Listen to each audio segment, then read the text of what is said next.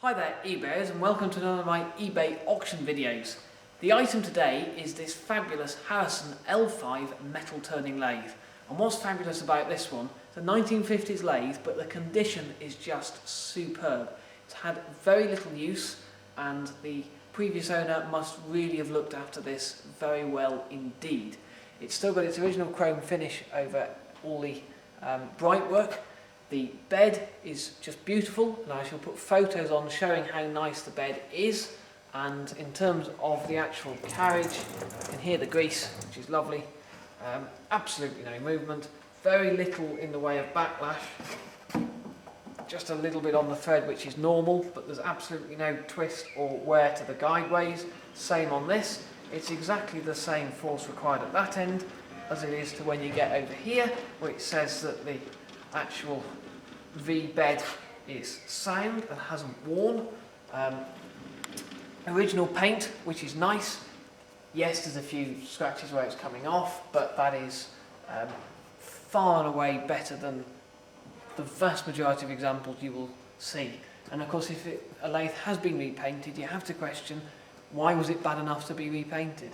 It's nice that it wears its original colours. The points to notice on this machine, for those unfamiliar with the Harrison lathe, which is a really high quality lathe, this was up and above the Colchester standard. The power feed achieved via this lever is available on both sliding and servicing axes, so you can actually have it on this, which for a lathe of this size is lovely. Much superior to most lathes you will find. Certainly you can forget the cheap Chinese rubbish, put your money into something like this, and this is a sound investment. This lathe will reward you over its lifetime superbly. Now you can see as well the condition of the lead screw, very little use. It was covered in a good layer of protective oil, some of which still remains, but it really has been a good survivor. You can also see from the cupboard, original red paint in the cupboard. A couple of accessories included. The steady, if you look, doesn't appear to have had any wear on, may never have been used. So that again shows condition. There's also a spare back plate, so you can mount a 4-jaw chuck if you so wish. That's there. Lovely cupboard. It's a substantial lathe. I believe it weighs about 600 kilos, thereabouts. That lovely website lathes.co.uk will answer that one to confirm either way. Apologies, Mr. Cameraman. I shall just put a light on. There we are. You'll be able to zoom in and see with a little bit more clarity what's going on, the condition of things generally. I'm afraid the lighting isn't very good in this corner of the workshop, but I think you get the idea. Note these thumb screws on here, be able to adjust. The Imperial lathe, which is good, I believe. Or is it? It must be. The L5 is an Imperial lathe. I believe you can do metric screw cutting, however, which is good. Back geared with a comprehensive gearbox, as I shall demonstrate very shortly. And reversible lead screw. You've got the details for the screw cutting in here. I only have the change wheels that are on, but it's not a problem to get more. If you have a look on eBay, they're quite easy to pick up. Chart here for, I think that's the Imperial threads. It must be the Imperial threads, because the metric threads are here on the end cover. Have a bit of a look on that one. There's a nice brass plaque on the back with the patent dates. I'll put a photo of that on as well so you can see. It's a 3-position lever associated with screw cutting here, so you can alter the position of that accordingly. It's Tyzac and Son Limited, were the suppliers from London when it was new. And as I say, it still looks in remarkable condition, which is important, because if you're going to invest in a lathe, don't really want something that's going to be problematic. In terms of the headstock bearings, absolutely tight as the day they were made, as you'd expect. The clutch is just delightful in every way. I shall demonstrate that. I suspect it's had a little bit of oil on the plates from storage. It seems to get better the more you use it. I've had a little bit of a play in just connecting and setting this all up again, and it seems fine from that. It seems to be getting better. When I say getting better, the problem is when you bring it off, it brings a brake in, and it's overrunning a little bit longer than I remember, but that's not a problem, as you shall see. There's a thread dial indicator as well, which springs on and off here. I shall also demonstrate the use of that. And overall, it's just a fantastic lathe. There is a switch here, currently disconnected, where you can wire in a suds pump. I have the suds pump original to this lathe, but I shall put that in a separate auction, purely because it's 3-phase, and if you want to use this on a single phase conversion and or take the motor and convert it to single phase, then that won't be of use to you. So I think it will be easier to offer that to someone else, just in case. I shall put it after this auction, so the winning bidder of this can still enjoy that suds pump if he or she so wishes. Right, let's have a little bit of a play. Oh, I should just point out the gap bed. If you have a look for the join, which is going to be very hard to show on the camera because it's very hard to see in real life. I suspect this hasn't been out much in its life, if at all. All the mating surfaces are perfect and very nice to see. It's a very important part of the lathe, is that, because if you look at the actual size of the saddle, very wide and robust, it must be supported at all lengths across it to maintain that robustness. That enables you to cut really deep into the metal, or just for the stability and having a really nice surface finish by having that robust saddle. So it's an integral part to be able to ensure that the gap bed is back in. You will find some second-hand lathes that have been abused where it's missing completely. They're scrap as far as I'm concerned, because obviously it's not had the full travel distance, which does just quickly remind me it's a 5-inch centre height by a nominal 24 inches long. You can squeeze a little bit more if you sort of come to the end, if you so wish. It's not a problem. I think that's Morse taper 3, but it's got a really good long barrel on it if we take that off from the tailstock, and that's marked as graduated, imperial and metric. There, we keep going. Quite a long one. I think it goes out more than that. But there we go. Good locking mechanism as well, which is important. I think there's a cam lock rather than just squeeze the end together, which you get on the aforementioned cheap Chinese rubbish, which this certainly is not. British engineering at its best. Right, we've tightened that. Notice how lovely and quiet this machine is. It is up on a pallet at the moment, which doesn't help the noise, it doesn't help the rigidity because it's just on pallet, but no matter.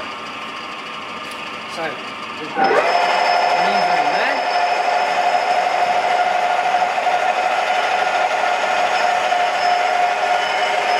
Offer the tool up.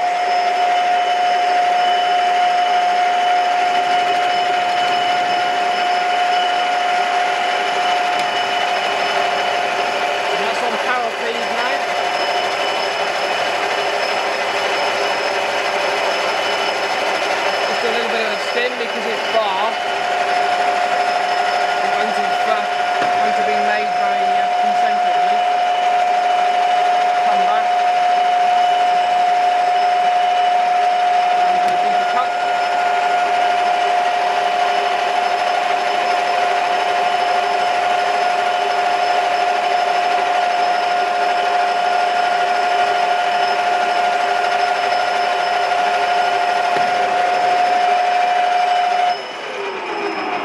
Like that. See, it's just running on a little bit past the brake.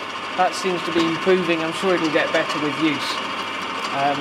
We can go the other way by pulling this lever out here.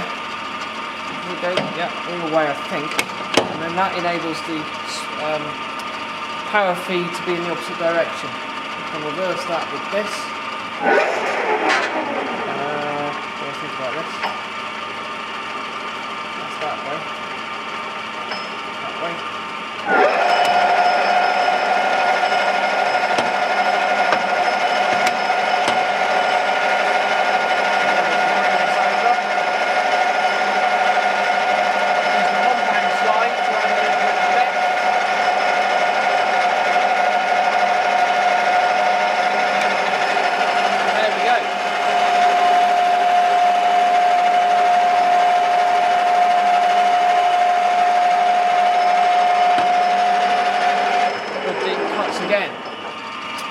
And the surface finish is lovely, despite this only being a quick exercise and it's only a bit of a rough tool.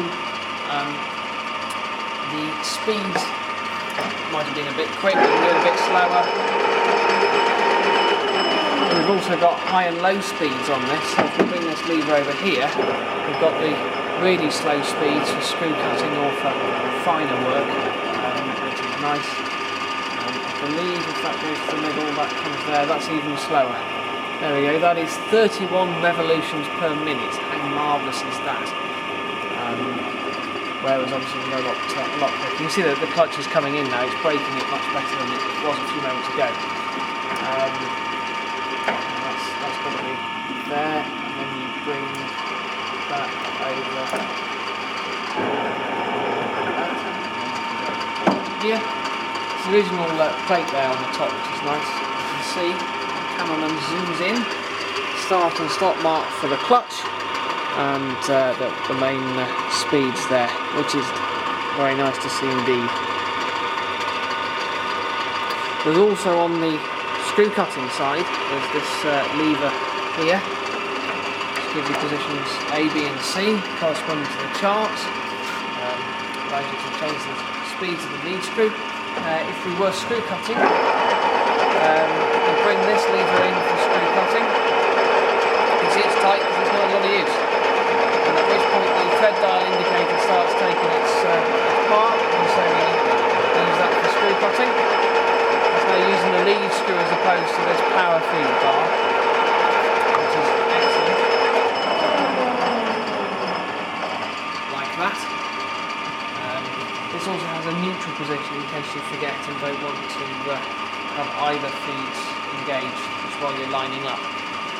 The compound slide is angleable. You can see it's graduated on the top there with these little graduations that you can set. For instance, screw cutting, you would set that to either 55 degrees or 60 degrees, depending on the metric or imperial thread, or other angles. Of course, if you're cutting a specific thread, it's neither of those two systems. The thumb wheels here allow you to adjust before you move these, so you can set the position, you can set the starting position, which is nice. Again, look at the condition. A little bit of dirt in there will clean up, but there's no obvious dents or scrapes, which is nice. Just notice, of course, the beauty of having a clutch. So we've not had to stop and start the motor at all. Just leave it running, and we can safely take things in and out of the chuck and do whatever we need to do. Inspect the work, measure the work, not a problem in terms of working, and as soon as we need to use it, the speed's there. For that reason alone, this would actually make a very good conversion to a single phase motor. If you wanted to take that 3-phase motor off, put a single phase on completely, it's actually 3 belts that drive the headstock on this, so you can remove the pulley, the 3-way pulley, and remove the motor, and because the motor sits on, have a look at the back. The motor sits on, the cameraman can't look at the back because my camera doesn't have a very good battery. Oh, that's good. If it just lasts, hopefully bear with me. This is the motor, and it sits on 2 slots here with 4 bolts through. So it's very easy to be able to change that for a single phase motor if you so wished. The shaft looks a standard 1/2 inch or whatever standard motor shaft. Yeah, it does look 1/2 inch from here. So you'll be able to just take the keyway out and swap that over and then put a normal motor on. There's also a cutoff switch at the back there, enables you to have that's a master feed, wherever master feed comes in. This is that brass plate I was saying about, looks in lovely order. And the headstock itself has a oil-filled receptacle here, because it lives in oil. And again, the condition just speaks for itself. Lovely chrome finish. It's got the oil ring in there, look. The oil looks lovely. And if the cameraman can come over this side, whilst we still hope that this battery is going to last,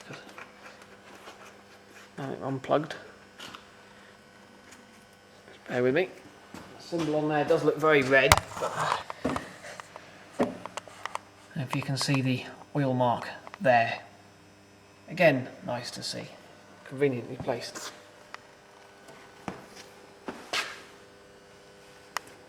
Condition of the stand all looks in good order. It's approximately 650 kilos, I believe, as I just plug this back in. Hang on. There we go. 650 kilos.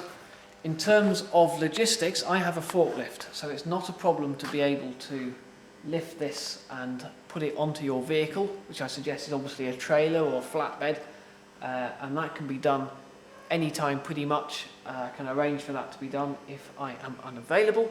I would like the winning bidder to collect within 10 working days, please. That's ample time for anybody to be able to collect.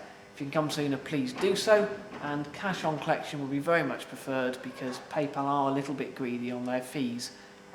PayPal and eBay are the same company, of course, so you end up paying twice. So bring cash, that'd be fabulous. I'm sure everybody watching this video will appreciate the quality of this machine. If not, have a look on lathes.co.uk. They do write-ups about all of the different lathe manufacturers, past and present, and just read what they say about Harrison. Speaks for itself. Quality lathe, next to nothing price. In fact, you couldn't go and buy one of the cheap Chinese imports for this price, and it probably isn't going to make anything like it should, but hey, this is eBay. I have to let this go, I'm afraid. I've got far too much in my workshop. I do ask it goes to a good home. I'm sure it will. If you have been, thank you very much for watching. Any questions, send them in. And as ever, it's been a pleasure.